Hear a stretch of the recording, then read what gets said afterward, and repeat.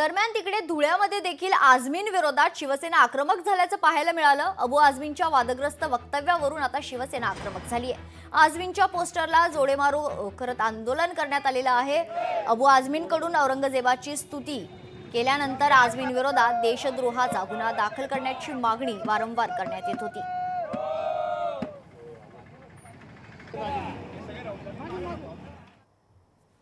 छत्रपती संभाजी महाराजांची अत्यंत निर्गुण हत्या करणारा, स्वराज्य गिळंकृत करायला आलेला क्रूर कर्म औरंग्या, जो त्याच्या बापाला झाला नाही, त्याच्या सख्या भावांना सत्तेसाठी त्यांनी ठेचून ठेचून मारलं, असा क्रूर कर्म औरंगजेब ज्याने या स्वराज्याचं अतोनात नुकसान केलेलं आहे, संभाजी महाराजांच्या अत्यंत निर्गुण हत्या केलेली आहे, त्याचं समर्थन करणारा हा देशद्रोही।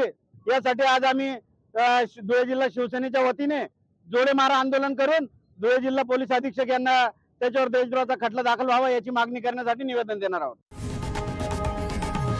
लोकशाही मराठी ऐका, पहा, जागरूक रहा।